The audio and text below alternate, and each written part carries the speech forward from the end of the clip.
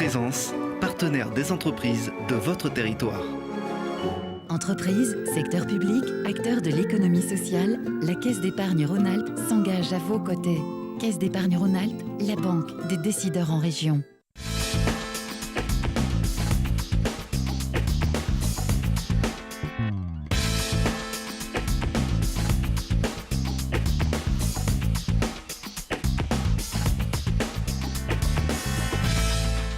Bonjour à tous, très heureux de vous accueillir dans Classe Affaires, le club de l'économie en Isère. Vous le savez, chaque mois, nous découvrons les entreprises qui font la richesse de notre département. Avec des experts, des témoins, des reportages, nous décortiquons les rouages de l'économie. Pour nous accompagner, bien sûr, notre consultant Stéphanie Pay. Bonjour Stéphanie. Bonjour Christophe. Tout va bien? Très bien. En pleine forme? Comme d'hab. Super. Je rappelle que vous présidez le directoire de la Caisse d'épargne Rhône-Alpes. Ce mois-ci, dans votre chronique, on parle? Nous allons parler du modèle économique du forfait. Il y a aussi la question de l'internaute. Oui, alors nous avons David de Salange qui nous demande ce que c'est qu'une Benefit Corporation ou autrement dit Bicorp. C'est technique, à voir dans la deuxième partie. À la page innovation, les vélos de Time Sport. Notre dossier nous permettra de découvrir les Serious Games, des jeux sérieux qui se multiplient grâce à la vidéo, grâce au numérique. Ils sont plébiscités par les entreprises. Elles s'en servent notamment pour leur formation ou leur recrutement. Enfin, focus sur une entreprise bien connue dans le Grésivaudan. Elle fête ses 80 ans, aujourd'hui pilotée par la 4e génération. Midali Frères compte plus de 120 salariés. Tout est parti d'un immigré italien au début du XXe siècle. Aujourd'hui, ce groupe spécialisé dans les travaux publics veut faire la différence sur des marchés de niche. On en parlera avec Nicolas Midali. Allez, c'est parti pour Classe Affaires. Installez-vous confortablement pour un nouveau voyage dans le club de l'économie en Isère.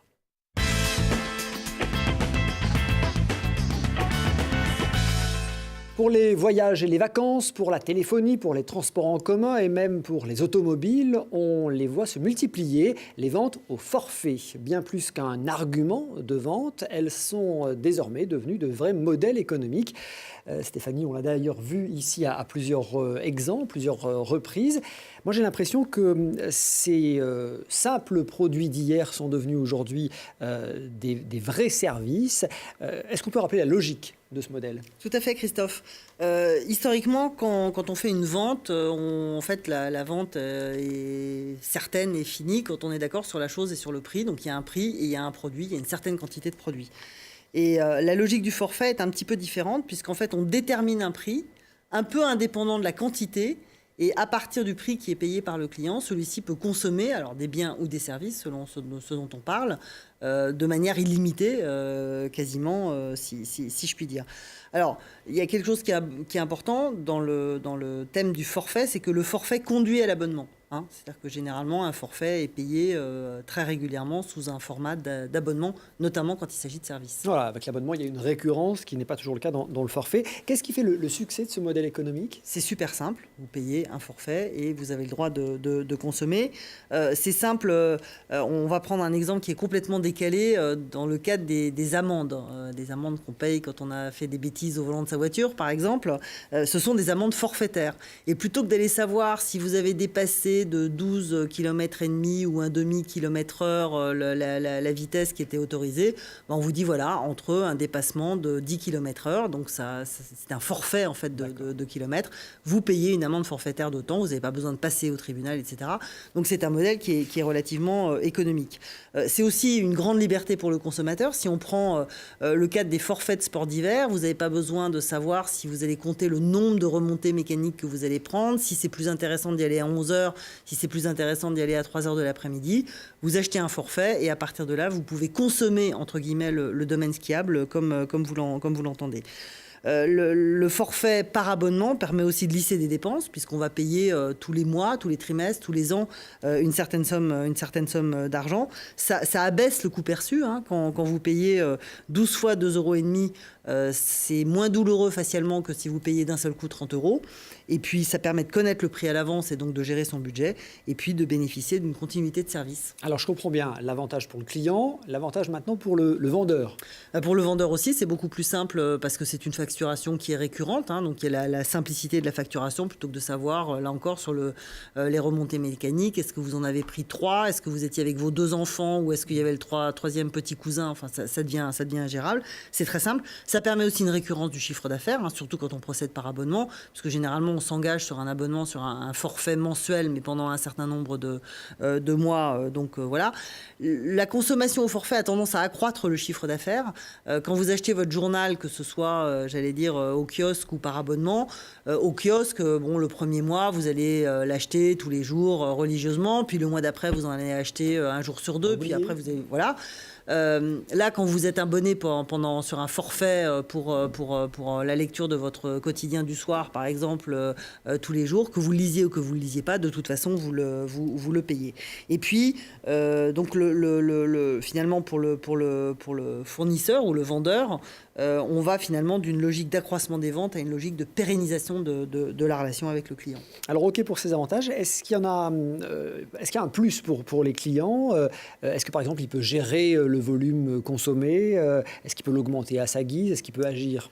Alors après, ça dépend complètement des typologies d'abonnements ou de forfaits dont on parle, mais il y a effectivement une question pour le client de quelle est la quantité de services qu'il est en capacité de consommer, et pour le vendeur, qu'est-ce que ça lui coûte en plus d'offrir ce service supplémentaire.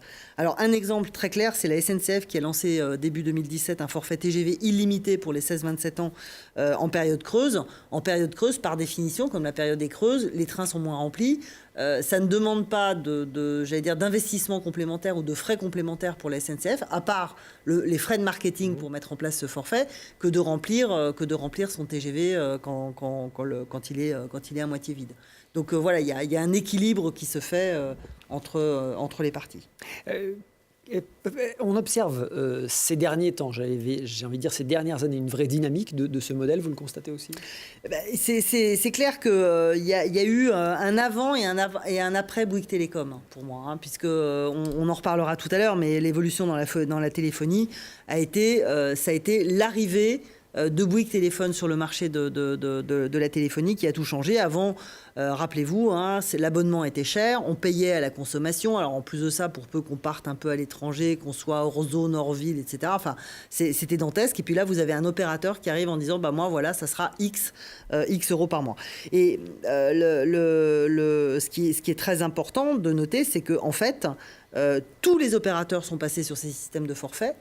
Et les prix n'ont cessé de baisser. Alors, aujourd'hui, c'est devenu la norme. On n'imaginerait pas de payer son téléphone à la minute consommée, en tout cas son téléphone portable. Alors on voit bien la force du client, la pression sur le fournisseur. Est-ce qu'il y a des situations inverses où c'est le vendeur qui est en position de force? Bien sûr, parce que alors là, on est plutôt quand on cumule finalement à la fois des biens matériels et puis, de la prestation de service ou des consommables. Les vendeurs d'imprimantes vous vendent l'imprimante extrêmement peu cher, mais vous avez des consommables qui coûtent cher. C'est la même chose avec les machines à café à capsule, hein, voilà. Votre cafetière ne vous coûte rien. Par contre, le coût du café est extrêmement important. Le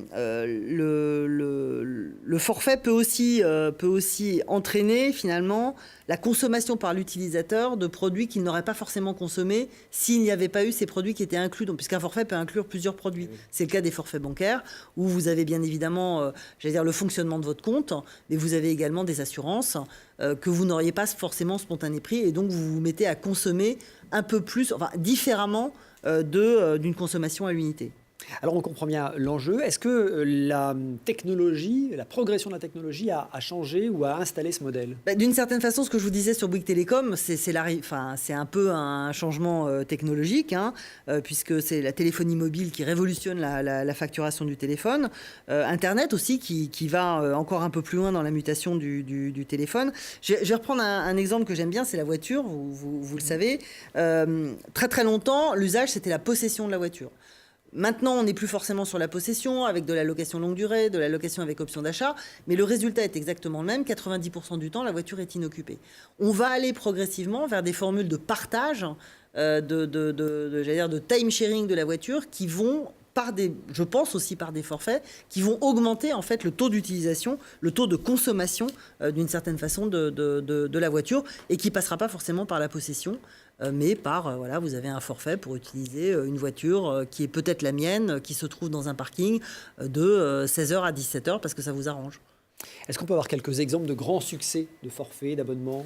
Oui, alors les plus connus sont Netflix, qui compte aujourd'hui 95 millions d'abonnés, Amazon 63 millions, Spotify 50 millions. Donc on voit tout de suite que voilà. Alors c'est à la fois du forfait et de l'abonnement dans ces cas-là. Et comment est-ce que vous voyez évoluer ce modèle ? Eh bien, en fait, on revient. Enfin, je dirais pas qu'on fait machine arrière, mais d'une certaine façon, vous allez voir ce que je veux dire. De plus en plus d'assureurs promeuvent des assurances voitures au forfait, mais en fonction de l'utilisation du véhicule. Ou alors des opérateurs téléphoniques qui vous donnent des forfaits qui sont adaptables à la consommation. Alors généralement, c'est adaptable à la baisse. On vous l'adapte pas à la hausse, on vous l'adapte à la baisse. D'une manière générale, ce qu'on voit, c'est que il faut trouver un juste équilibre entre cette notion de forfait et l'expérience client, puisque de toute façon, aujourd'hui, c'est le client qui décide, à travers la multitude des choix qu'il a, de savoir ce qu'il veut ou pas consommer. Merci Stéphanie, merci pour ces précisions sur les abonnements, les forfaits, à une relation qui semble gagnant-gagnant entre fournisseurs et consommateurs, avec cette condition essentielle de pouvoir faire évoluer régulièrement les services qui sont proposés ou souscrits.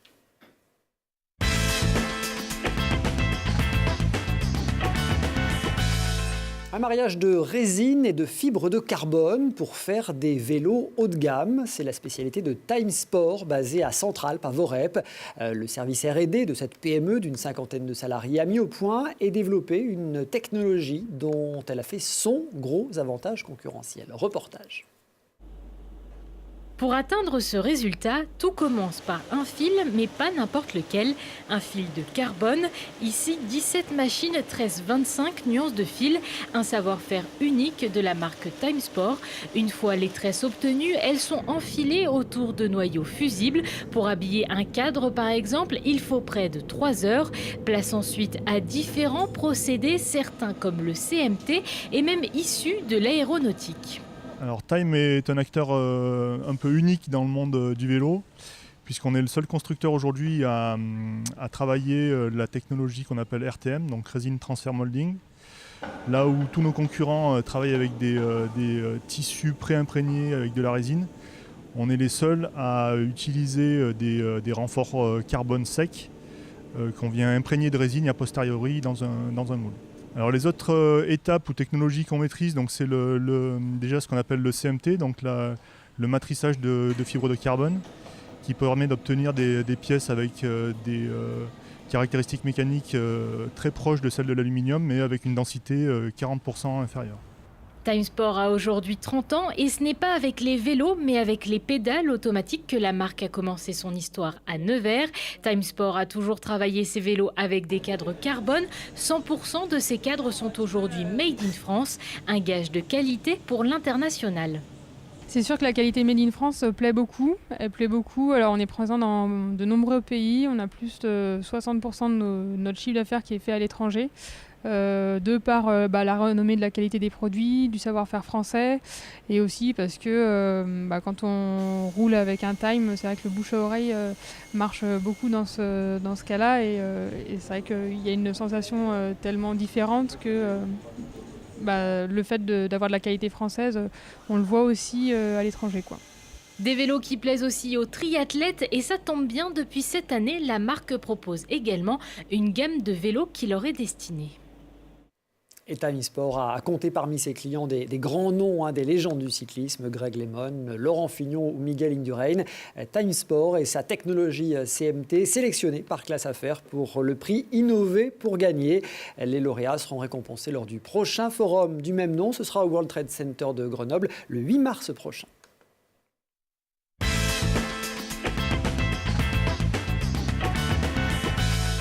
Utiliser le jeu à des fins très sérieuses. La recette n'est pas nouvelle, mais elle connaît un véritable engouement ces dernières décennies, avec notamment la révolution numérique. Les serious games permettent de mettre le ludique au service du pédagogique, et nombreux d'ailleurs sont les exemples de jeux qui permettent des mises en situation, des interactions riches d'enseignements pour former, pour recruter, pour tester un nouveau produit. Eh bien, c'est un outil qui est très fréquemment utilisé par les entreprises.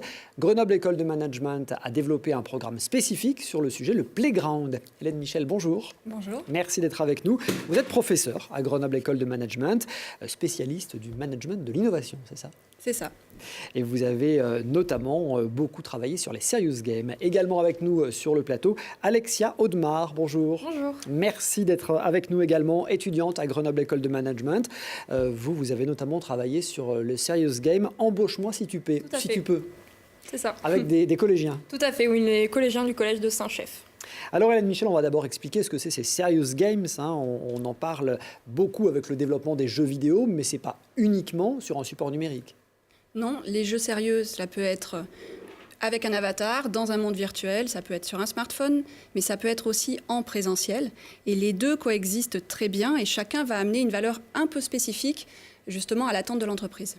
Alors, les jeux pour apprendre, j'ai envie de dire, ça a toujours existé, c'est même assez naturel. Chez les animaux, ça existe aussi. Oui, tout le monde joue et c'est un mécanisme d'apprentissage très fort parce que la première chose que permet le jeu, c'est de vous mettre dans un univers protégé, un cercle magique, un endroit dans lequel vous avez le droit à l'erreur. Donc ça peut être virtuel, mais ça peut être aussi en présentiel, puisque quand on joue, entre guillemets, ça ne compte pas pour de vrai. Donc on peut expérimenter, on peut aller plus loin, etc. Ce qui va être nouveau, c'est de prendre un mécanisme qui est un mécanisme courant et d'en avoir un usage professionnel, sérieux. Alors ces serious games, le terme est né il y a quelques années. Avec le développement du numérique, ça prend de l'ampleur ? C'est principalement le numérique qui a permis aux jeux de revenir dans le monde sérieux. Les technologies sont à un stade de maturité qui font qu'aujourd'hui, aujourd'hui, tout le monde joue. Et comme tout le monde joue, que tout le monde va pouvoir utiliser des jeux, il faut savoir qu'aujourd'hui, le profil du joueur de jeux vidéo classique, c'est pas du tout un adolescent mal désocialisé dans sa chambre. Le profil moyen, c'est plutôt une femme de 35 ans qui va prendre son téléphone portable et jouer à Pokémon Go, à Casual Gaming, etc. Entre guillemets, il y a une variété de profils. Ce qui va être très intéressant, c'est de se dire que si tout le monde sait jouer et tout le monde a accès à ces technologies assez pratiques et que c'est socialement acceptable, aujourd'hui, on peut en tirer un autre type de bénéfice pour l'utilisateur comme pour l'entreprise. C'est ça qui est particulièrement nouveau. Alors, précisément, les entreprises sont de plus en plus séduites par ces serious games. Oui. Et aujourd'hui, que ce soit les entreprises comme les particuliers, les professionnels, aujourd'hui, on va tous être amenés à jouer à certains moments.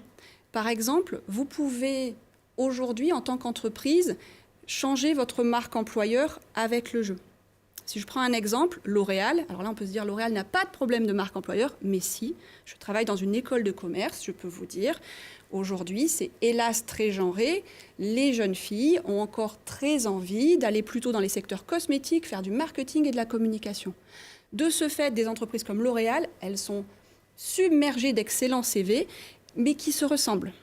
Comment faire pour changer son image de marque, la déconstruire et attirer d'autres types de profils sur d'autres types, par exemple, de fonctions, la supply chain, sur la finance, etc.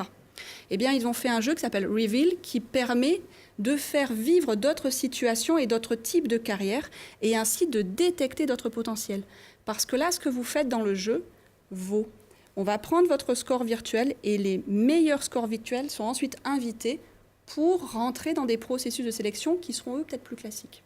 Il y a d'autres exemples d'entreprises avec lesquelles vous avez travaillé, je crois, à GM ? Oui, on va travailler avec des entreprises sur différents moments d'interaction. On va travailler beaucoup à GM sur les entreprises dans les phases d'innovation. D'une part parce que c'est une spécialisation de l'institution, et d'autre part parce qu'aujourd'hui, notre idée, c'est que les jeux ont amené beaucoup de choses de façon descendante. Former, délivrer un message, un directeur communication, un directeur marketing, un DRH qui va délivrer un message. Or, il nous semble qu'aujourd'hui, le plus gros potentiel des jeux, c'est plutôt de capter de l'information, de créer de l'intelligence collective, tout ce temps que les gens vont donner. Donc aujourd'hui, ce qui va nous intéresser, c'est des jeux qui peuvent être des jeux plateaux, que l'on touche pour de vrai, qui nous permettent d'imaginer des nouveaux produits, services ou de façon de travailler. On a travaillé l'année dernière, par exemple, avec le groupe Michelin, et on a travaillé pour eux sur une démarche d'open innovation qui se passe par des hackathons. Le hackathon, c'est un moment où, en une période très courte, on met autour de la table, du coup autour de beaucoup de tables, beaucoup de monde, des gens qui ne sont pas forcément experts de la thématique, mais avec un jeu, ils vont pouvoir imaginer des choses différentes. Si je prends le cas de Michelin,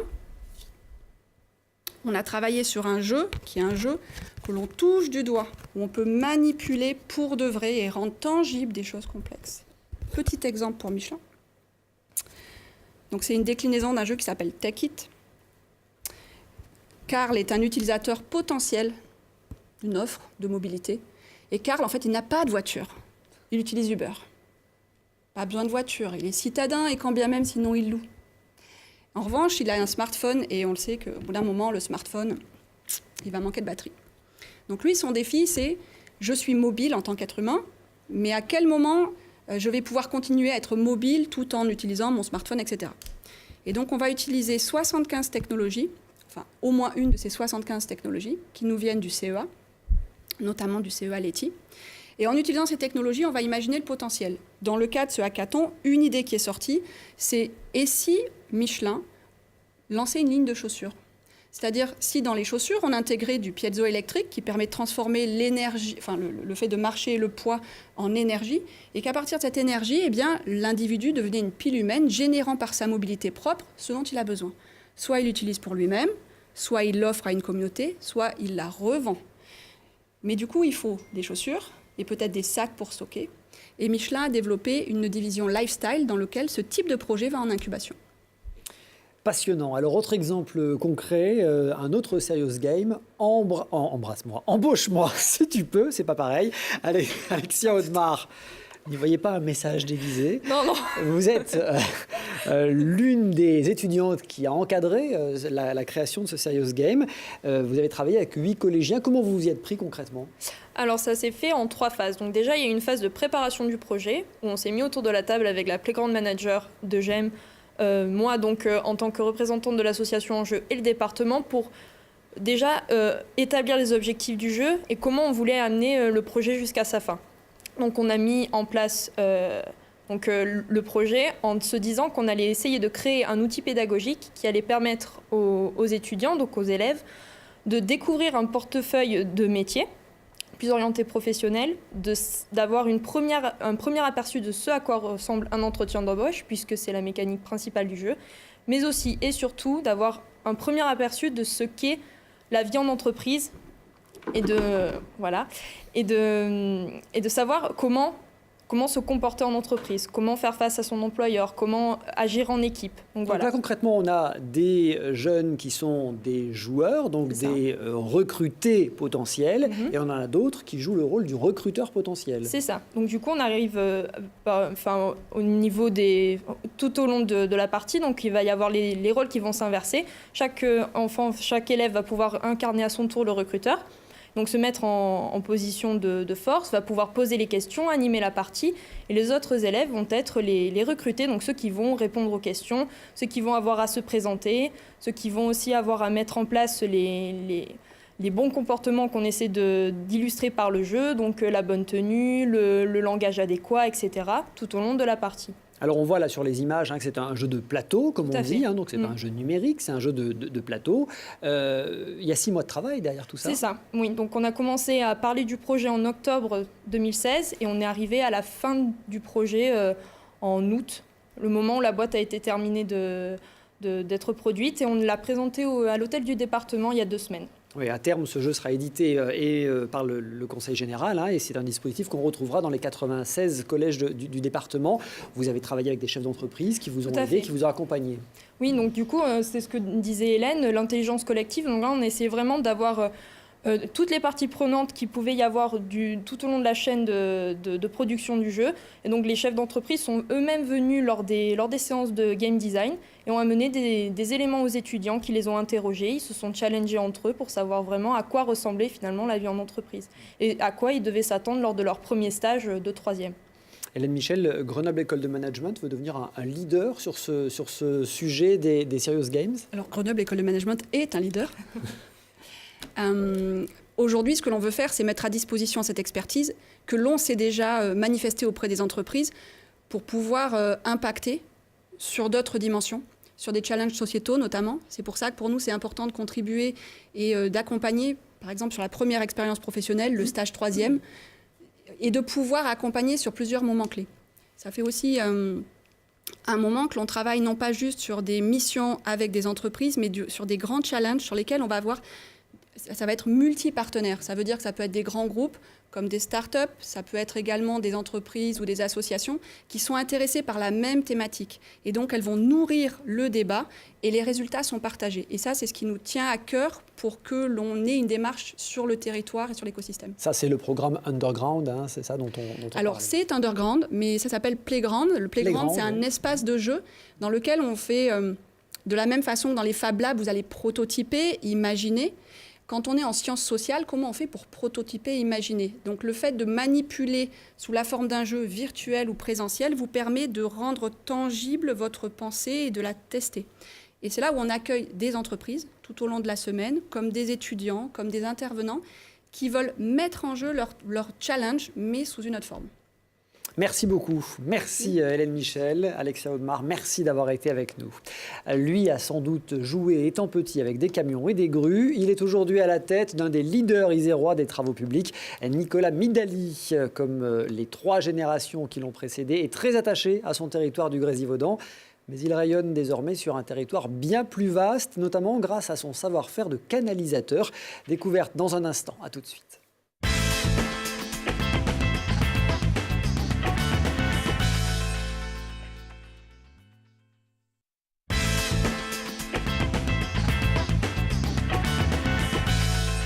Classe Affaires, le club de l'économie en Isère, retour sur le plateau de Télé Grenoble avec Stéphanie Pay, notre consultant. Dans un instant, focus sur Midali Frères, une incontournable entreprise iséroise de travaux publics. Elle fête ses 80 ans, 15 millions d'euros de chiffre d'affaires, 120 collaborateurs. L'entreprise est devenue un spécialiste des conduites forcées. C'est un peu normal dans le Grésivaudan, berceau de la houille blanche. Mais avant cela, la question de l'internaute. Vous le savez, dans Classe Affaires, vous pouvez poser vos questions à Stéphanie Pay. Stéphanie, cette semaine, une question de David qui nous regarde depuis Salanches, sans doute via la box, et qui nous interroge sur les entreprises à bénéfice public. Oui, ou autrement dit aussi les Benefit Corporation. Alors, ce sont des entreprises qui ont, bien évidemment, comme n'importe quelle entreprise, des objectifs économiques, de rentabilité, mais aussi qui veulent répondre à des impératifs d'ordre social et d'ordre environnemental. Elles passent par un label, et ce qui est le plus original pour ces B Corp, comme on les appelle aussi, c'est que leur objectif social et environnemental est inscrit dans leur statut, et ça devient un nouveau, statut juridique de certaines entreprises. Il y en a un peu plus de 2500 aux États-Unis. L'Italie est en train d'adopter ce format juridique. Donc voilà, c'est un type d'entreprise un peu particulier, d'un nouveau genre, mais intéressant à suivre. Avec la démarche RSE inscrite dans les statuts. Merci. Exactement. Merci Stéphanie. Si comme David, vous voulez des précisions sur une notion économique, sur un mécanisme financier, n'hésitez pas à écrire à Stéphanie. classeaffaires@telegrenoble.net, c'est son adresse.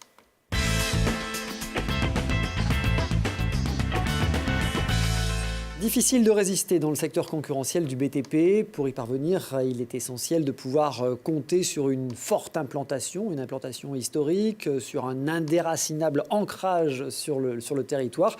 On peut y ajouter quand même aussi un peu de détermination et d'audace. On aura les clés qui ont marqué le succès de l'entreprise Midali Frères à Tess, dans le Grésivaudan. Alors comment construire l'avenir ? Peut-être en se spécialisant sur des marchés de niche.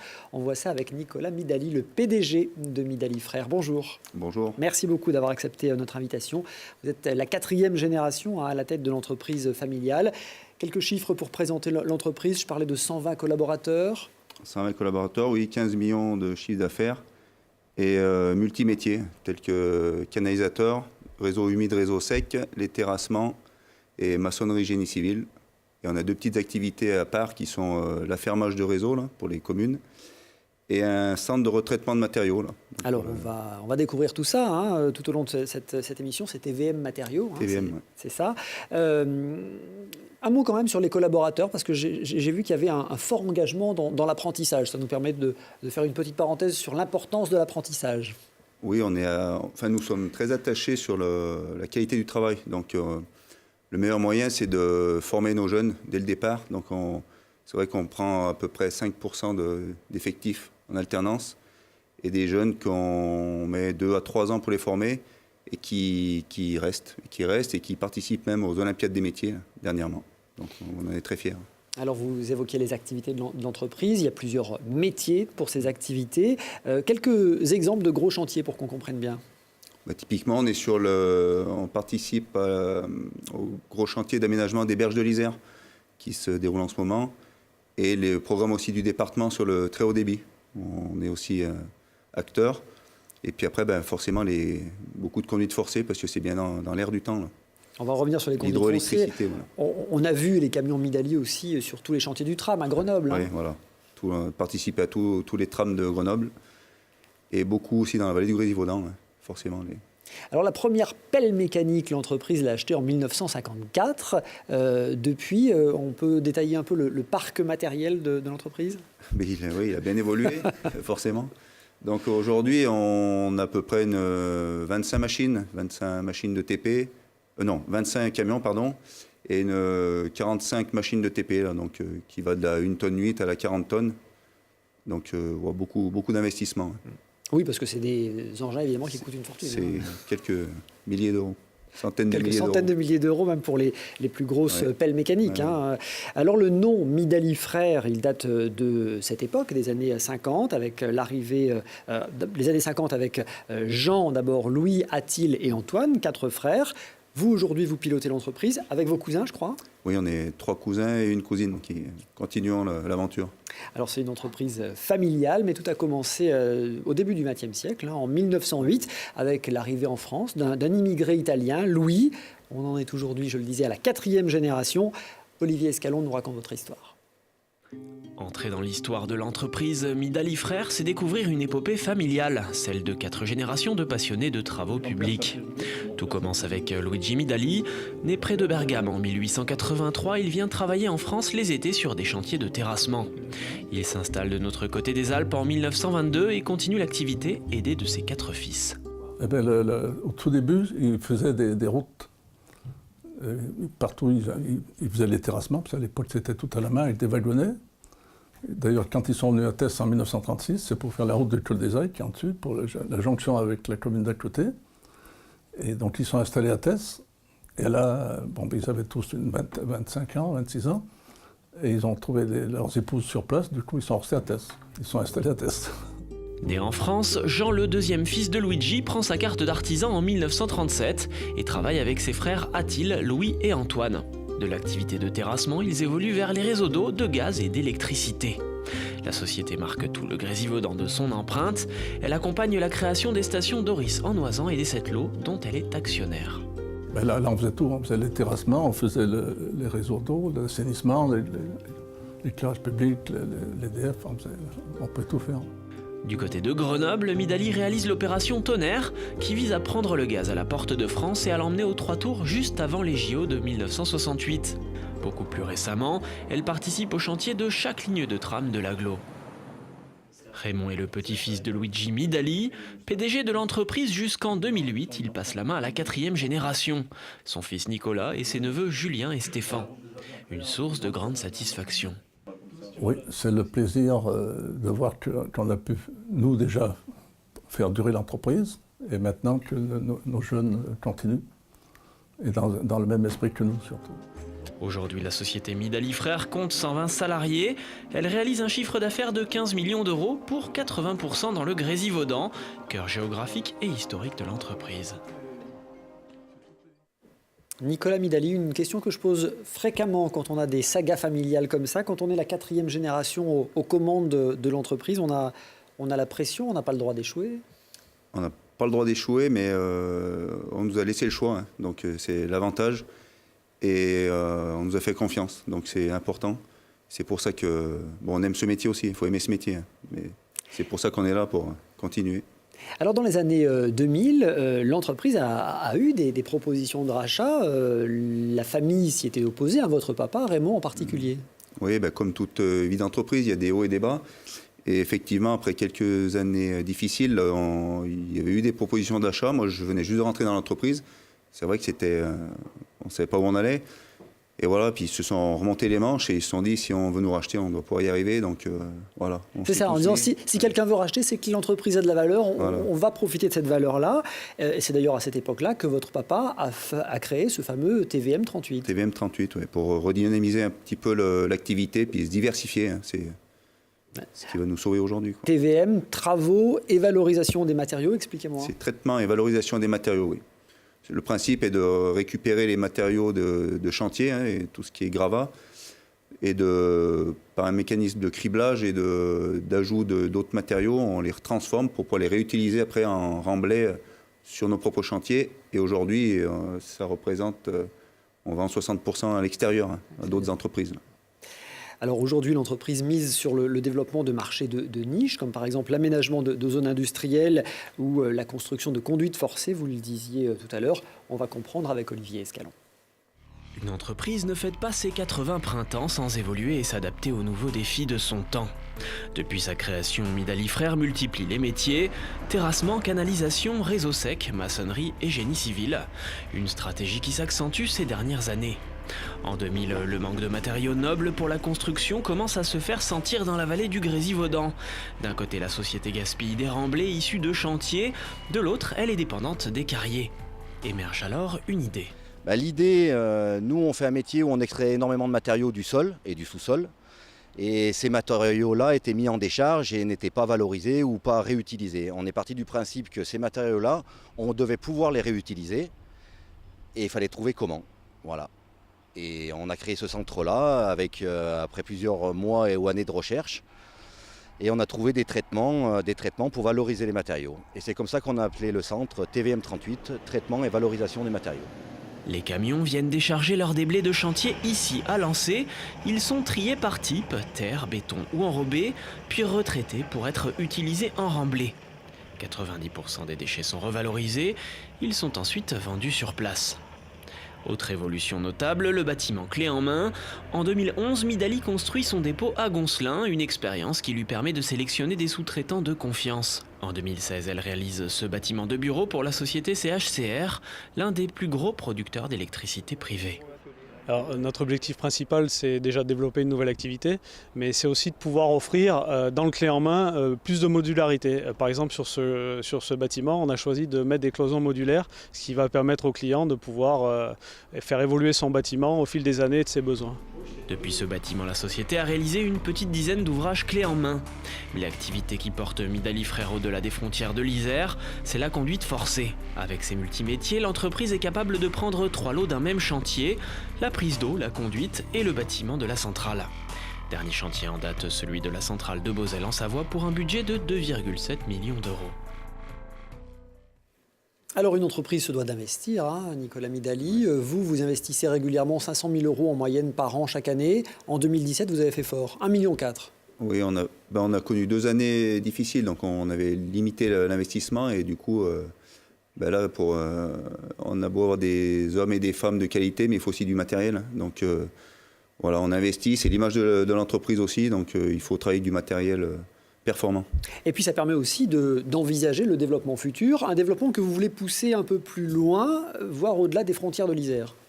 Oui, en fait, on amène notre savoir-faire déjà dans notre territoire là, du Grésivaudan. Et en fait, là, on est allé hors frontières, on va dire, mais on a suivi nos clients qui cherchent la qualité du service et du travail. Et donc, voilà, on est en train de faire des chantiers donc, sur Beauzelle, en Haute-Savoie. On en a fait dans les Hautes-Alpes, à Saint-Firmin ou à Savines-le-Lac. Donc voilà, on se déplace, même jusqu'à Marseille, on a été. On va voir quelques images de ces chantiers, parce qu'on est sur la pleine mouvance des énergies vertes, ces fameuses conduites forcées qui permettent de produire de l'hydroélectricité. Et là, c'est un de ces marchés de niche sur lequel vous souhaitez vous imposer encore davantage.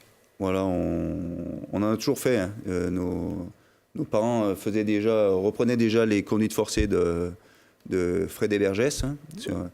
Et donc là, forcément, il y a un peu plus d'activité en ce moment. Il y a beaucoup d'aides pour renouveler les conduites. Et là, on a 3 chantiers en simultané là, sur cette année. Et c'est vrai qu'aujourd'hui, ça représente presque 20% de notre chiffre d'affaires.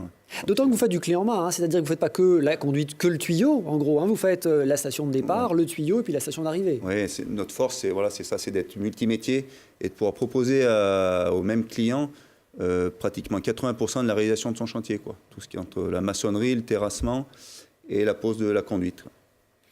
Décrocher des marchés aujourd'hui, vous travaillez beaucoup avec les collectivités locales, les collectivités territoriales. Depuis la révolution de la loi NOTRe qui a regroupé les communes, les compétences, c'est plus difficile de décrocher des marchés?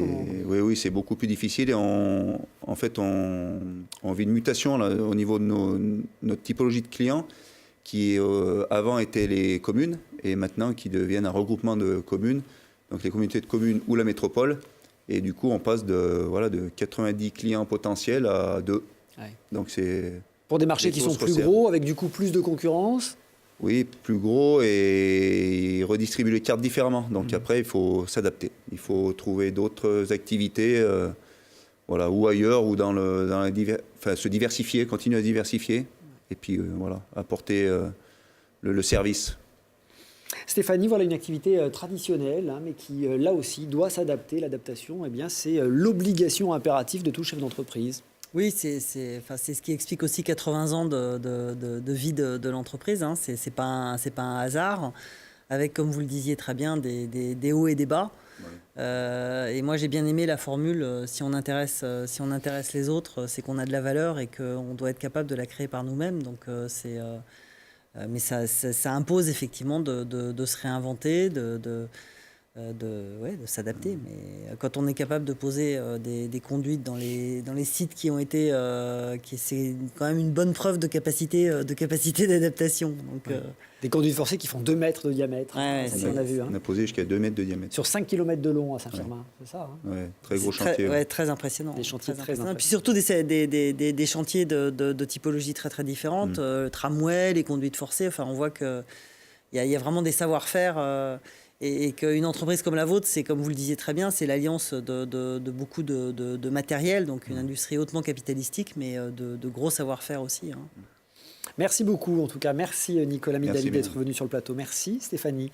Classe Affaires à voir ou à revoir sur le site internet de la chaîne télégrenoble.net. Je vous propose de nous retrouver tout de suite sur les réseaux sociaux et le web avec Stéphanie pour le supplément. Merci à tous de votre fidélité. À très vite pour un nouveau voyage en Classe Affaires dans le Club de l'économie en Isère.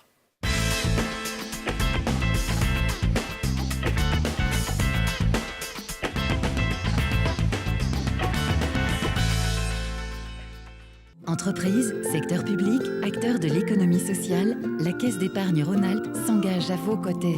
Caisse d'épargne Rhône-Alpes, la banque des décideurs en région. Présence, partenaire des entreprises de votre territoire.